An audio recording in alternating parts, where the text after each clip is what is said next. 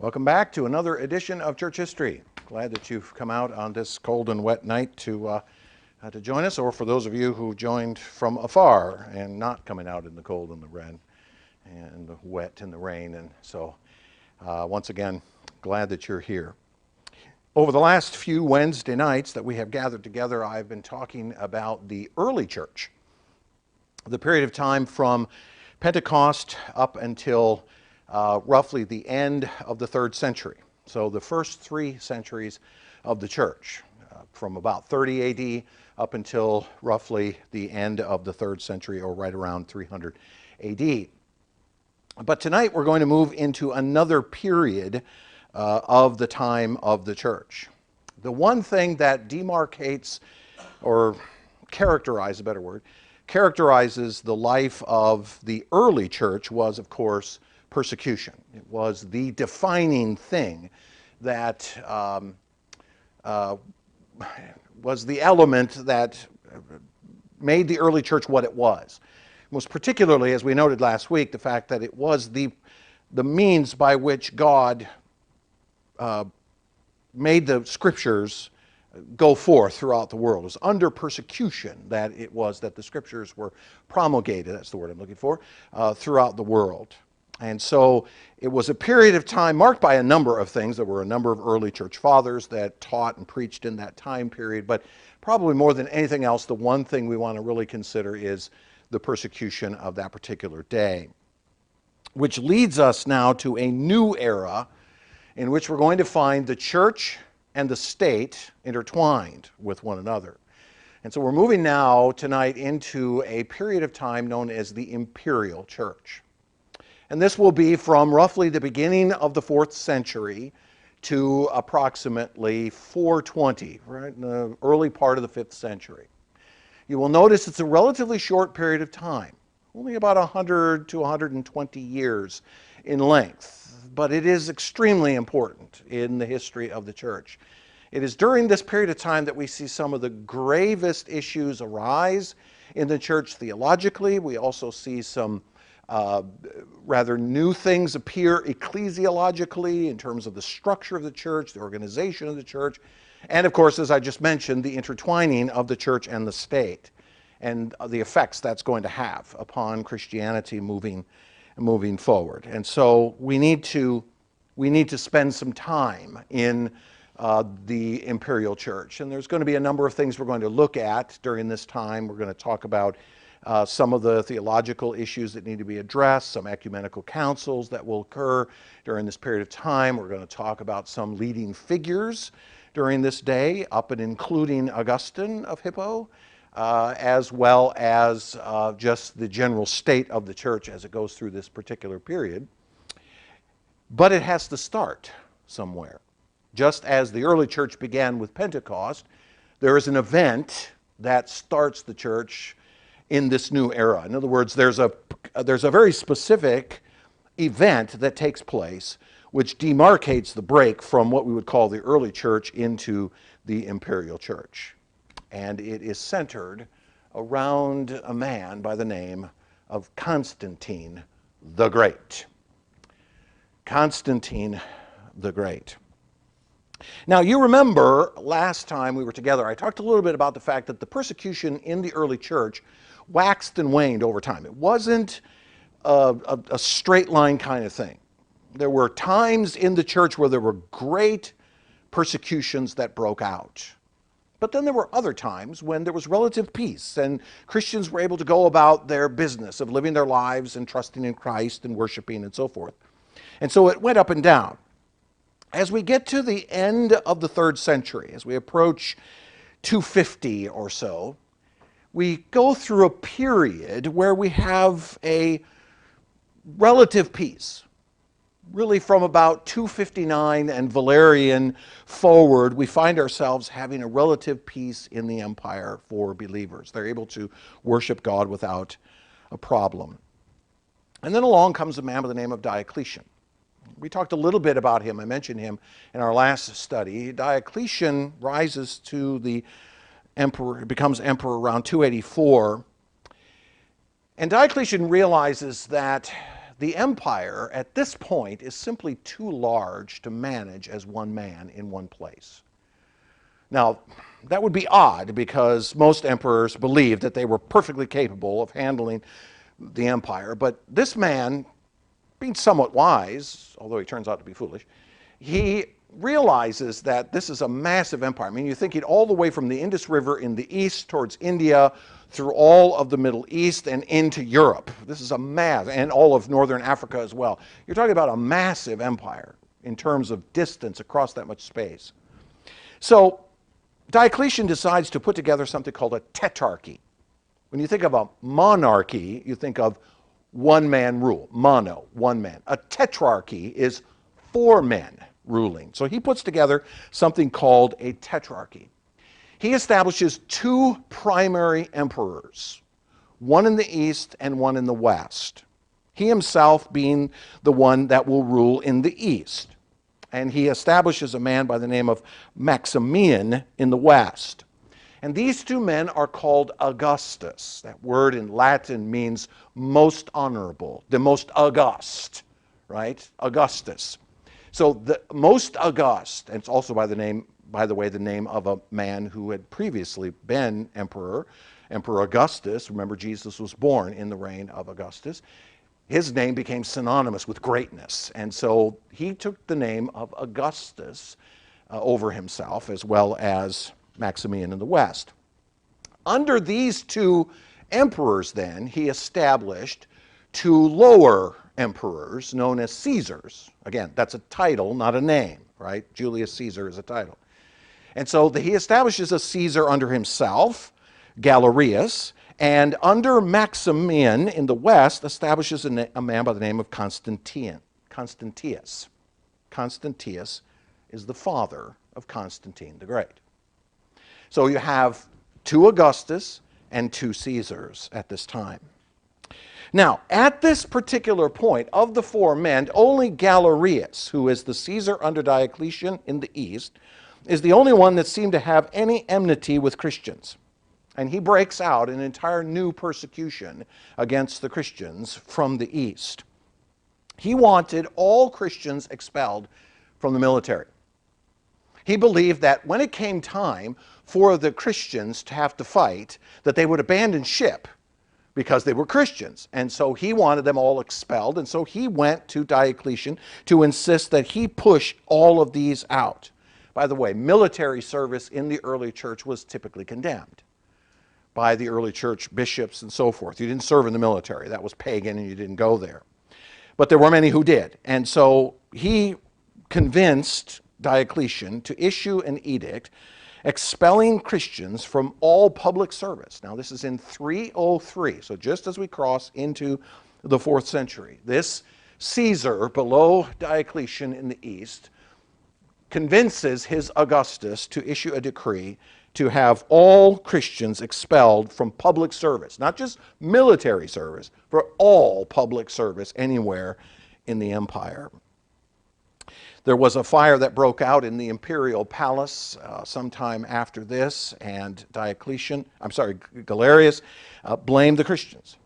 He claimed that they were attempting revenge for this particular edict, and he blamed it on them, and of course he persecuted them for the fact that he believed this was the case. And so a massive persecution broke out against Christians everywhere, throughout the entirety of the empire at this point. It wasn't limited to just the reign or just the territory of Galerius and Diocletian, but it also spread into the west. It happened, however, to be the final persecution of the Christians, which will end then the period of the early church. In 304, the very next year, Diocletian, the Augustus of the East, abandoned the throne. He abdicated. He abdicated due to illness. And Galerius, his Caesar below him, rose to the position of Augustus, was promoted to the position of Augustus. Maximian, the other Augustus with Diocletian, also abdicated his position. He left. He abdicated under threat, in fact. And so Constantine, I have so much trouble with that T-I-U-S on the end of his name. Constantius abandoned his, or rose to the position of Maximius. So you see the two Caesars, Galerius and Constantius, rise up to the position of Augustus. So they become co-emperors at this point throughout the empire. Constantine was the son of this Constantius, and he was a very popular member of the legions. A period of difficult civil war then ensued between these two men. Naturally, you would expect two men want to fortify their positions on both ends of the empire. They're going to struggle against different edicts against each other, east and west. And so there was a great period of civil war that broke out in this period of time. And eventually Galerius was deposed, and Constantinius was deposed, and Licinius became the new emperor in the West. So the father of Constantine the Great was deposed and replaced. Galerius and his henchmen continued to persecute the Christians in the East. We don't know about the persecution in the West, probably carried over, seems reasonable. But after an illness in 311, Galerius, the one who had started all of this massive persecution across the empire years earlier in 311, now issues an edict tolerating Christianity in the empire. And we believe that the reason that he does so is because he becomes ill. He doesn't know what to do dealing with this issue, and his illness causes him to create an edict. Let me read to you just a bit of it. He says, quote, "With all the laws which we have decreed for the good of the state, we have sought to restore the ancient rules and traditional discipline of the Romans. We have particularly sought to have Christians who had abandoned the faith of their ancestors," meaning the worship of the pantheon of gods and the unconquered Son. We want them to return to the truth. After the promulgation of our edict ordering all to return to the ancient customs, many obeyed for fear of danger, and we were forced to punish others. But there are still many who persist on their opinions, and we are aware that they neither worship nor serve the gods, nor even their own God. Therefore, moved by our mercy to be benevolent toward all, it has seemed just to us to extend to them our pardon and allow them to be Christian once again, and once again gather in their assemblies as long as they do not interfere with the public order. In return for our tolerance, Christians will be required to pray to their God for us, for the public good and for themselves, so that the state may enjoy prosperity and they may live in peace," unquote. Galerius issues this edict in 311 and dies 5 days after it is published. The empire then is divided amongst four individuals: Licinius, Maximianus Dia, Constantine, and a man by the name of Maxentius, who is considered a usurper to the throne and eventually driven out. Now, I tell you all of that because it lays the groundwork. You will notice that I just mentioned the name Constantine in those who now take the leadership in Rome. After the death of this Augustus by the name of Galerius, who was originally a Caesar under Diocletian, rises up to a position, apparently falls ill, and for some reason decides to make an edict to allow all the Christians to be tolerated in the empire, dies just 5 days later, and the empire is thrown into turmoil, and now that we have all kinds of new men taking on positions of leadership, including Constantine. And I tell you that because it lays the groundwork for what comes next. All of that turmoil and chaos is what leads us into the story of Constantine himself. Okay, so you got to understand that we're not talking about the American simple transfer of power, that when one man is elected, he takes office and the other man just graciously steps out of the way most of the time. The fact is that this is always a time of intrigue when somebody new comes to the throne. There's always much danger. Constantine was born around 272. We're not exactly sure of his birth, but right there at the end of the 3rd century, he was born to Constantius and to a Greek by the name of Helena. She was a woman of low birth. She was not royal. But apparently Constantius decided to marry a non-noble woman, and they had a son by the name of Constantine. Constantine was well loved in the legions. He was a good soldier, and he bided his time, waiting for the right opportunities. He waited in the shadows. He used diplomacy over the course of many years to hold his position and establish a loyalty amongst the soldiers who reported to him. He's well known for this. He established a sense in which the men were loyal to him as a both political and military leader. He knew that the internal strife going on amongst all the others in the palace would preoccupy them. They would be so focused on fighting with each other that they would fail to realize that he could build himself a following and then at the right time come and take authority when he needed to. So when the time is right, he gathered his forces in Gaul to the north and attacked the city of Rome. He came to take his place. But when doing so, when he was about to attack, history records that he had some sort of a vision.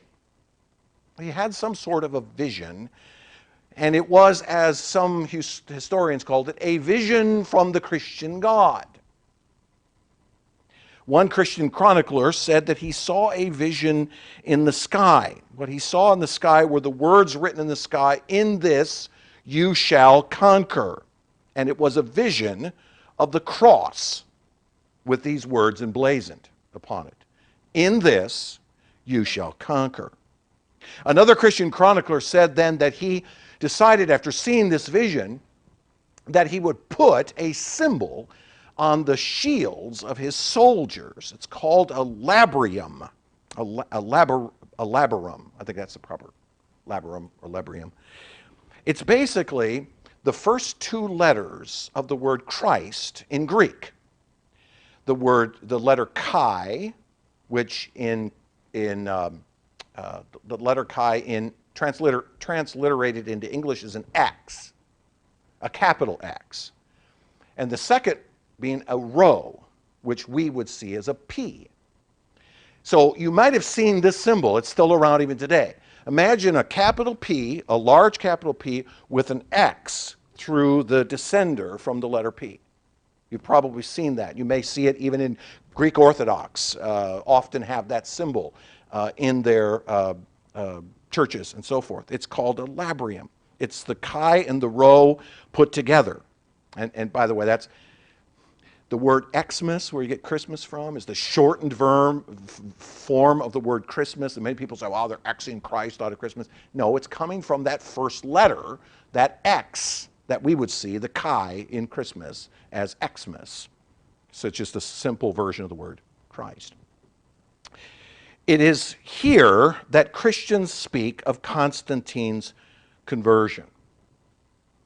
It is here that Christians, historians, believe that Constantine became a follower of Christ. After having this vision, he sees this cross with the words, "In this you shall conquer." He places this symbol onto the shields of his soldiers, and he goes to attack the Romans, and he defeats Maxentius at the Milvian Bridge. He attacks them, and he beats back Maxentius at the Milvian Bridge. In fact, Maxentius was a fool. He went out to meet the forces of Constantine himself. He should have just allowed his forces to go, but instead he was a man who was counseled by his men to go out and meet the enemy himself.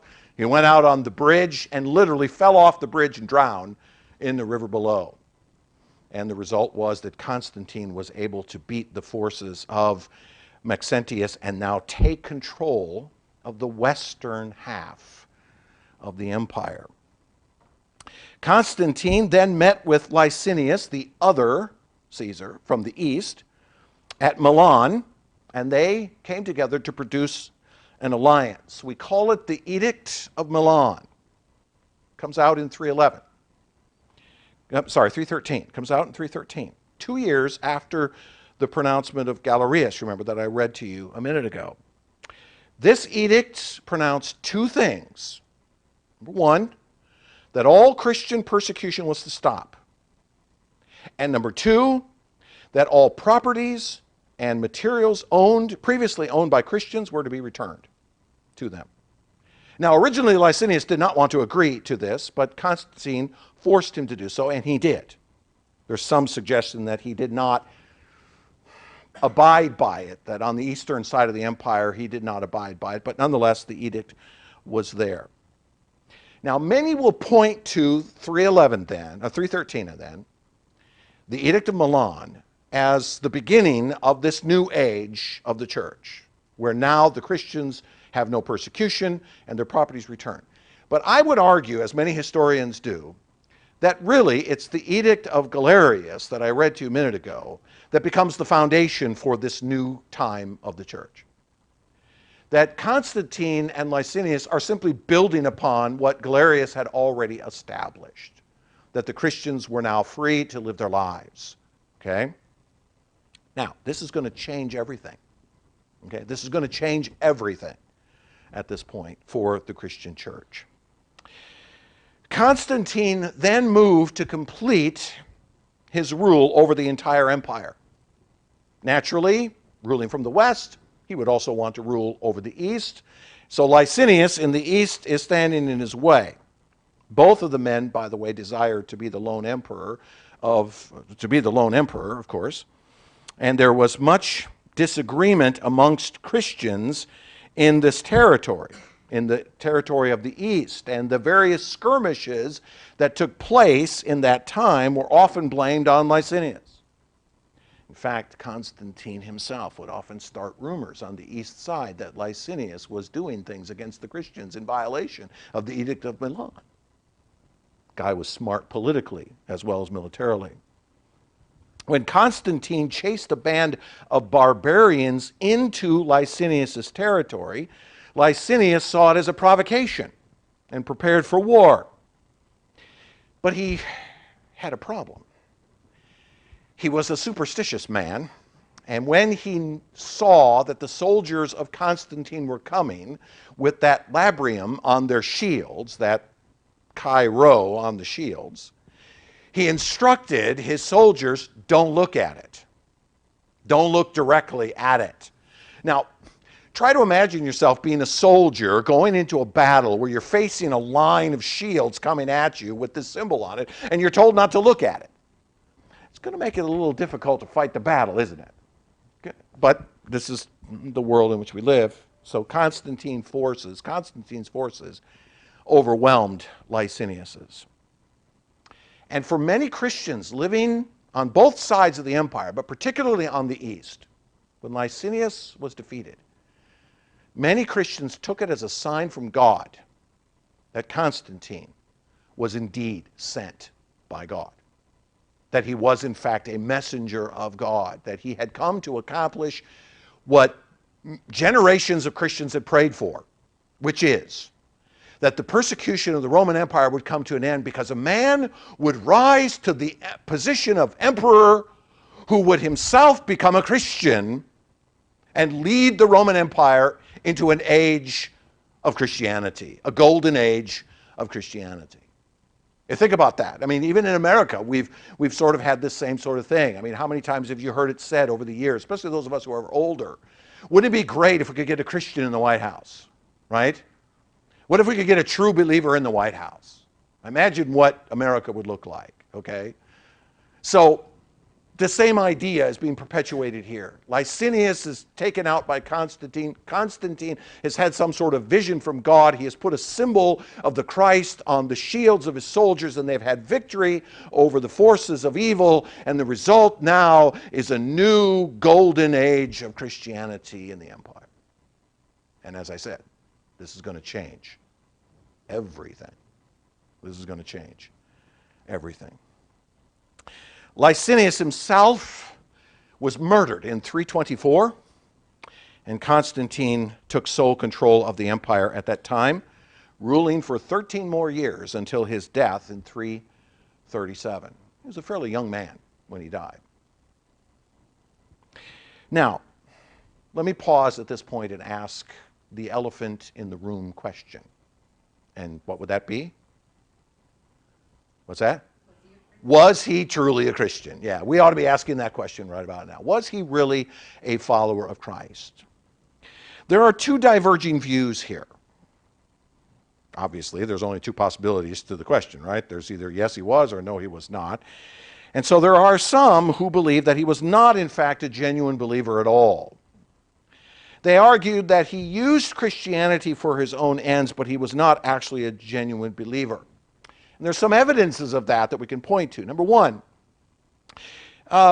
Constantine was not baptized until his deathbed. He did not embrace the rite of baptism until he died. But that is not necessarily a sign that he wasn't a believer, because that happened to be common at the time.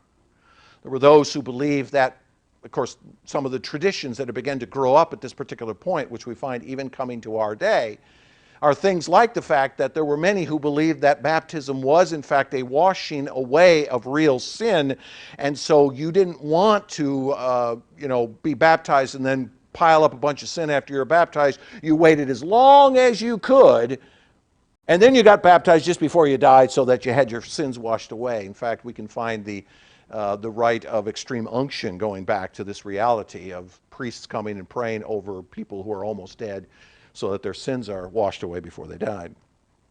There were others who would say, well, he was a Christian because he would not submit himself to a bishop for discipline and discipleship. But if you're the emperor, if you're the chief guy in the empire, you're probably not going to spend a lot of your time under a bishop anyways.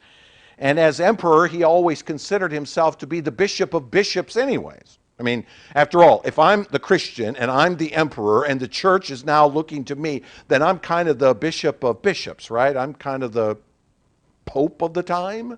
Okay, that word won't come into use for quite some time yet, but it's basic idea starting to come. Constantine did continue to participate in many pagan rituals. And interestingly enough, he was declared to be a god after his death by the pagans. He was proclaimed to be a god by the pagans.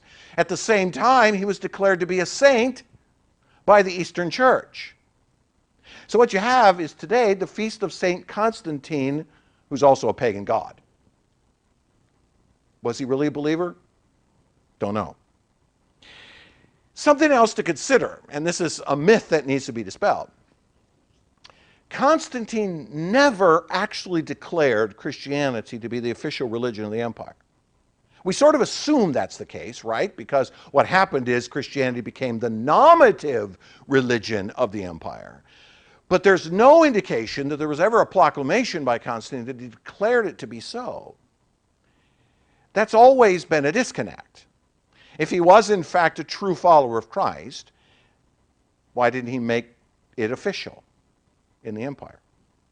And then finally, those who would say he wasn't really truly a believer hold that he was simply sympathetic to Christianity but not really a true believer. His life doesn't reflect the life of a man who truly was born again. The fruit that we would inspect on the vine in the case of Constantine, specifically in relation to his practices and his various pagan religions and his continuing support of the unconquered son, becomes, if you will, problematic. How do you assess whether or not the man was a believer based on the fact that he shows actually very little evidence in the course of his life? So those who would argue he was not a genuine believer believe that he simply used Christianity for his own ends. But those who think he was would make this argument. They would say a number of things point to him being a true believer. Number one, his idea of building Constantinople was a direct slap against the pagan aristocracy back in the West. We'll get to that point in a second. Why build a city specifically around Christianity and remove many of the pagan symbols from the western side as a slap against paganism if you aren't in fact a true follower of Christ? Something's changed. The other thing to consider is that Constantine would have absolutely no reason whatsoever politically to ingratiate himself to Christians in the empire. And the reason is very simple. Pagan Christians, were poor, and usually the underclass. If you're the emperor and you are using Christianity to your ends, once you become the emperor, there's no reason for you to ingratiate yourself to Christians any longer. You've used the symbols and the language, but the people that you're attempting to ingratiate you to have no power. They're not the part of society that is at the top of the list. Why would you ingratiate yourself to them if you were not, in fact, one of them? These folks would argue. In 324, he ordered all soldiers to worship the supreme God on the first day of the week. Now, many who say he was a believer are implying, well, he told them to worship Yahweh, and, of course, Jesus as Yahweh incarnate. There are others, however, who would say, no, when he says worship the supreme being, what he really means is worship the unconquered Son on the first day of the week. In 325, he did call the first ecumenical council at Nicaea, which we'll talk about, which dealt with a specific theological problem that had arisen in the church. If you're not a believer, why would you care? Is the argument. And so many held that he was a believer, but that he didn't really fully understand the power of faith in Christ. None of us really do when we first come to Jesus. We have little knowledge of who this Christ really is. We certainly don't know how to apply Christianity to our daily living. That's why we do discipleship. That's why Jesus said, go and make disciples. He didn't say go and make converts. He said go and make disciples. And because Constantine the emperor would have no peer or someone out there greater than him even to lead him in true discipleship, he would spend many decades potentially being a Christian, the argument goes, but not having someone to actually disciple him into what true Christianity meant and how to apply it. Plus the fact that we're talking about a period of time very early in the church in which the real substantive issues of Christianity have not been fleshed out fully. I mentioned the Council of Nicaea. We're going to see major theological questions arise during this period of time that are going to need to be fleshed out. The Arian heresy that's going to arise here in the next 100 years is an issue that hasn't been fully dealt with. So Constantine is a man of his time. It's very possible that he was in fact a true follower of Christ, as an emperor could be in such a time. I mean, yes, I recognize it's possible he was not a believer. There's many evidences on both sides of the equation. I've given you both.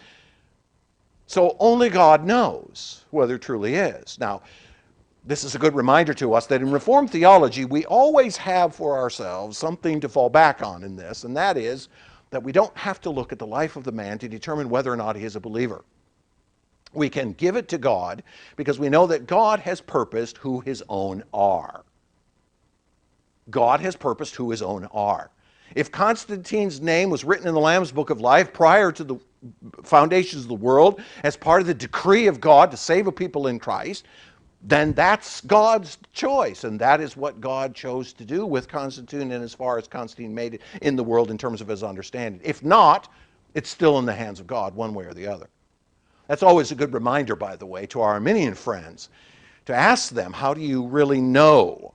How could you ever possibly know? Or better, how would God possibly know of the billions of people who claim to be Christians, which one of them truly are and which are truly not, if it's based on human behavior? I mean, that mathematics is beyond anything imaginable. The simpler answer is the biblical one, which is that God has a people that he has set aside for himself. Who belongs to that group is entirely up to him, and he will be the one who will judge their lives based on the light that they have been given in the course of their conversion, or as a result of their conversion. Was Constantine really a believer? I can't tell you. I really don't know. The evidence to me suggests not, but there's plenty of evidence to suggest it's a possibility. But the conversion of Constantine marks a new age in the history of the church.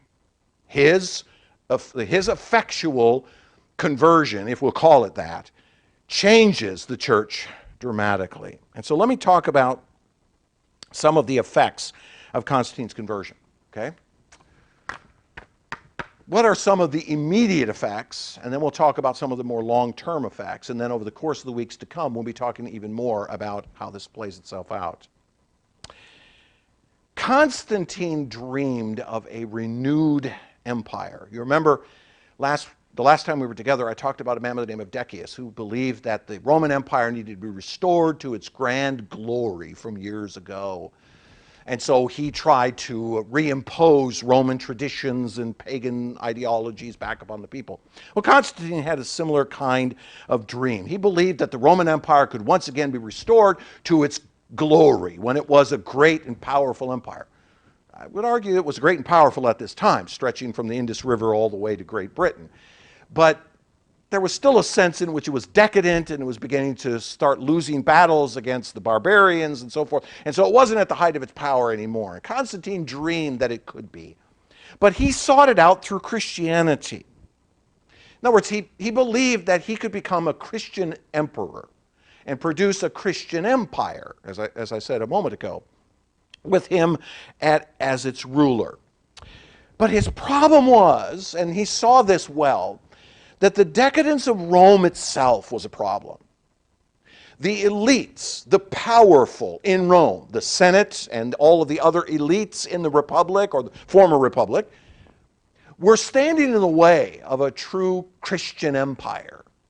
Rome was not going to be a suitable place to launch a new empire from or to rebuild the current empire from.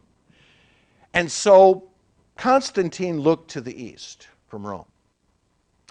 And he decided that he was going to settle on a new center, a new Rome for his new Christian empire. And when he looked to the east, he looked to a city on the edge of Europe and Asia, right on the border between Asia and Europe, a little city sitting on the Bosphorus below the Black Sea called Byzantium.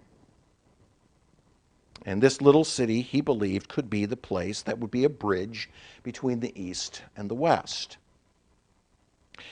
He would control the Bosporus. This little city had control of the Bosporus, which is a strait connecting the Mediterranean to the Black Sea. He believed that this little city could control this place, so he would control all of the commerce coming out of the Black Sea that entered into the Mediterranean, which is a massive amount. If you know, the Black Sea is a fairly large sea, and there's a great deal of peoples that live around its ends, in the east and to the north, and so he could control the flow of goods coming down the Bosporus to the Mediterranean, which would then make their way out to Africa and to Italy and off even into Europe, and so he would have a place there. It would be settled close to the Persian Empire. Okay, the Persian Empire is to the east now, modern-day Iran, off to the east, and he would see that as a place close enough that he could keep his eye on that empire over there, which was a constant threat to the Roman Empire. The Persians had been a constant threat even from before the Greeks had risen up. You remember, it was the Persians who rose up after the Babylonians, and it was the Greeks who eventually conquered the Persians and then handed over control to the Roman Empire. So there was this constant sense in which the Persians were always, okay, we're coming for you from the east. So by moving to the east, he believed he could settle forces there that would help him to protect against his eastern flank. And he decided to name this little city called Byzantium originally, to call it Constantinople. Combination of his name, Constantine, and the word for city or metropolis, polis, Constantinople, the city of Constantine. Today, that city is known as? Today, the city of Constantinople is known as Istanbul. Been there. It sits right there on the Bosphorus. It is literally on the border between Asia and Europe. In fact, there is a bridge that crosses over the Bosphorus, and it is the only man-made device in all of the world that connects two continents. The only man-made device that connects two continents, a bridge between one side of Istanbul and the other side. The city itself literally straddles that waterway, and you can stand and look at the bridge, and the people living on that side are living in Asia, and the people living on that side are living in Europe. It's literally the dividing line between two continents. When the West was overrun by the barbarians, Constantinople kept the inheritance of Western culture for 1,000 years. When the Western side of the empire, when the Roman side of the empire was overrun by the barbarians from the north, it was Constantinople in the east that kept the inheritance of Western culture, Roman culture, for 1,000 years, and became known as the Byzantine Empire, flowing out of the name of the original city, Byzantium. The Byzantine Empire starts in this city. So the immediate effect of Constantine's conversion was to start something entirely new. A new empire would rise. The Roman Empire would fall. Not too long after this, the actual Roman Empire would fall, but the Byzantine Empire would continue for 1,000 years after this, from Constantinople, the city of Constantine. Those are the immediate effects, but let's talk about some long-term effects. And we're going to talk more about this as we go in the weeks ahead, because through the imperial church, many of these things are going to pop up. First, during this period of time, there's going to be a rise of theological squabbles. Okay, I call them theological squabbles. I mentioned one a little while ago. Arianism is going to pop up. In fact, who was it that said that he went to bed one day and woke up the next day and the whole world had become Arian? It was an Athanasius. It might have been Athanasius. Anyways, maybe it was St. Jerome said that. I don't remember. But somebody said that. There's going to be a number of theological squabbles that are going to rise in this time. Because here's what happens. Once the empire settles into relative peace and Christianity becomes sort of the norm, not that everybody became a Christian, but most people identified themselves in some way with Christianity, because after all, it's sort of the nominal state. I mean, the emperor, our first emperor of this new empire, was a Christian. And so we're all part of this Christianity because we were raised and born and raised into it. The church settles into a place where there's no persecution. Now they get fat, decadent, and lazy. And guess what happens to the church when it gets fat, decadent, and lazy? Heresy starts to show up. Genuine forms of unorthodoxy, heterodoxy, start to show up in this time. And so these theological squabbles are going to appear partly because the empire goes into a state of peace. Now, I would argue, along with that although this relative peace allows Christians to begin to get fat, decadent, and lazy theologically, there's another side to that. And the other side of that is it's very possible that God allowed the church to become a time of peace in order that they did go through this process and flesh this out. Because we now living 20 centuries later, well, 17 centuries later, we are now the progeny of those debates. We are the ones now who are able to say we have it settled for 1,700 years that Jesus is both fully God and fully man. One man, one human being with both a human nature and a divine nature. That was settled long ago. Not fully, of course, because the Arian heresy keeps popping up. But the idea is that sometimes it is necessary for good men to debate these things and for the Spirit of God to lead to a proper theology. And so it's very possible that even though the church goes through this period of time, becomes fat, decadent, and lazy in its theology, it could very well be that that's exactly what God intended in order to get these kinds of theological issues out on the table and dealt with, finally and permanently, or permanently, okay? Second, the lasting effects of Constantine conversion also include an increase in counter-violence. Okay, so for 300 years, it's been the Christians who've been persecuted. Guess what happens during this period of time? The Christians become the persecutors. Now they're the ones going into the temples, and they're the ones that are knocking down the temples and destroying the statues and so forth. In fact, there was one of the things that I noticed when I went to Greece and Turkey in the museums, that most of the statues have no heads. And the reason why is because the Christians came along and knocked their heads off. This is what I think of this pagan goddess. Whack! Knock its head off, so what you have is a headless goddess. in a temple. The head's long since lost. Not all of them, but there's a great number of them. And so you see this sense in which the Christians who were the ones being persecuted now become the ones who become violent during this period of time. Again, human nature being what it is, all right? Thirdly, there's obviously a new church-state relationship. I mean, after all, if Christianity is sort of the normative view of the typical person, then there's going to be a whole lot of legislation and edicts and so forth that are going to come about. This is the beginning, by the way, of tax exemption for churches. This is going to be the beginning of when churches are going to become tax exempt. Why? Well, because the state says that Christianity is a protected class, and so guess what? We're going to make churches and we're going to make bishops tax exempt and so forth. Military service will be changed. Days of labor will change.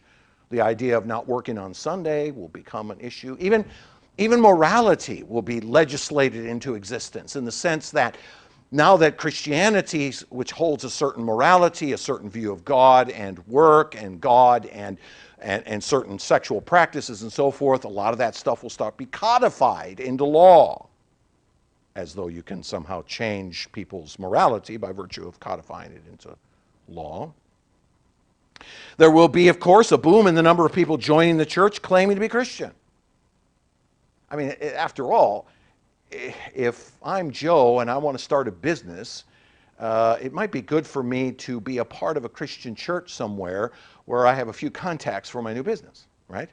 So I'm going to go down to my local church as they meet and claim to be a believer and become involved in them, and so I'll have access to them. And the state suggests that. Now, by the way, if you're listening to me and hearing, man, that sounds like 1950s America, you're not far off, okay? You're not far off. There will be also not only a boom in people coming to the church claiming to be Christians, but there will be a serious reduction in the significance of conversion itself. There will be a new form of syncretism that will rise up in the sense of Christians will be certainly worshiping Jesus, but the tendency will be, as we saw even in ancient Israel, to gravitate towards the paganisms around you, right? I mean, we've been talking about this in our study in 1 Thessalonians, about the fact that Paul was warning those early believers there, be careful, now that you follow Christ, not to go and embrace the pagan gods and bring them in as though you can somehow meld them together in a syncretistic religion. A lot of that going on. I would argue that's still going on even today. There was also an increase during this time, believe it or not, of the complexity of worship. The original picture of worship that you see flowing out of Acts 2 is simple, right? You have the Lord's Supper as a celebration, you have preaching, you have singing of hymns. Okay, that's kind of the three main things, and prayer. Four main things going on. But now all of a sudden you've got the addition of things, right? Because you have this new sense. You have some imperial protocols that come along. We're going to need incense. And we're going to need priestly garments now because we as the bishops now, you see, we're part of the imperial order now. You see, the emperor is the bishop of bishops, and he wears royal robes. So we, as bishops, when we are ministering, we should wear royal robes as well, you see. So we should have these special garments to show how distinct we are from the rest of the world. There's going to be a lot of this stuff that's going to show up. The persecution of the first 300 years of the church pretty much holds that at bay. Because when you're on the run for your life, and you want to gather with a few other believers for worship, you're going to keep it simple, right? It's going to be very simple what you're doing. You're going to gather in somebody's basement, right? And you're going to sing and you're going to pray and you'll have somebody preach and then you're going to get out of there. But now that the church is wide open and free to do whatever it wants to do, guess what happens? Human beings gravitate towards these sort of things automatically. So you see this massive complexity. Walk into your typical Greek Orthodox or Roman Catholic church and sit through one of their worship services and you'll know exactly what I'm talking about. Today, the service in a Roman Catholic church known as the Mass is extremely and specifically rigid and fixed. In fact, I can quote you the whole thing. I'm not going to, but I could. There's also, during this time, a penchant for more ornate Christian buildings. Now, that makes sense too, doesn't it? I mean, after all, during the early part of the church, when you're on the run, you're not building buildings and worshiping in buildings. There's no place for that. But suddenly, when Christianity becomes the norm, then guess what? Hey, look, we don't have to meet in Joe's house anymore. Let's build us a cathedral. And in fact, let's build us a beautiful cathedral, because you know what? We are now the official religion of the empire. And so let's build buildings and let's model them after the emperor's palace. Because after all, that's, he's sort of the vicar of Christ, if you will, upon the earth. So let's build buildings that look like that. So you see this advance of architecture, ornate architecture, start during this period of time. It was well known in the Byzantine Empire. Well known in the Byzantine Empire. And then there's also an appearance of something at this point which will be called official theology. I'm going to put that in quotation marks. Official theology. When you bring together Christianity and a state, an organization that's fundamentally legislative, right? When you bring those two things together, guess what you get? You get now, amongst the people of God, a specific declaration of what is true theology and what is not. Now, this has positive and negatives. The positive aspect of this is sometimes official theology is good. I mean, we have systematic theology books on our bookshelves which lay out what Orthodox Christianity is, because we would look at that and say, yes, there are certain things the Bible teaches as truths. There are secondary matters that we might disagree on, but there are certain things that are absolutely true. We will find that many of the best elements of the official theology of Paul, for example, would drift away, particularly during the medieval church which comes. But sometimes there's good official theology, but there's also bad official theology. And a bad official theology we would see today in Roman Catholicism. The Catechism of the Roman Catholic Church is a book this thick. It's the official statement of what the Catholic Church believes. Reading it from cover to cover would take you a year. And trying to understand it would probably take you 50. Because it's got massive details of what is true and what is not true, and what we believe and what we don't believe. And it becomes an official document in the sense of it adds to the Christian faith a great deal of detail that's never included in the Bible, but somehow makes it into the so-called official religion. So when you have a church that's no longer under persecution and now is sitting around spending its time debating this or that detail of Christianity, it's going to pile up over a period of time. And by the time you get to about 1500 AD, it's really going to have piled up big time. So this is really when this sort of begins. During this period of time, you see the rise of theological squabbles, counter-violence, a new church-state relationship, a whole lot of new people joining the church, but a serious reduction in what conversion really means. You see an increase in the complexity of worship, different building styles, architectural styles, and even an official theology that will appear. These are all side effects of Constantine coming to faith and changing the church. You see how dramatic the change will be. And this is almost overnight, people. This is almost overnight that this takes place. Now, there's some reactions that people have had to Constantine's conversion over the years, and I will use my last 2 minutes to brief you on these. There are those who believe that this was bad, that the conversion of Constantine was a bad thing, an unfortunate thing for the church, because it represented a watered-down faith. Now, when I say that there are those who looked at it was bad, I'm talking about people living in that time, okay? People living in that time who believed that Constantine coming to faith was the worst thing that could happen to the church. And a lot of the evidence that I just gave in the previous 8 points speak to that reality. There were groups then who looked for new ways to demonstrate allegiance to Jesus. New ways to demonstrate that they were in fact connected to Christ. I mean, if you think about it, with martyrdom now removed, because remember, martyrdom was sort of, I said this a couple of weeks ago, martyrdom was sort of the mark of a true believer. I mean, if your faith caused you to be killed, then you got written down in Fox's Book of Martyrs as, belonging to the true church. But now that martyrdom is gone, what's going to be our mark? What is it that we're going to look for that's going to genuinely set us apart from the rest of the world? So many people left the centers of Christianity and began the monastic movement.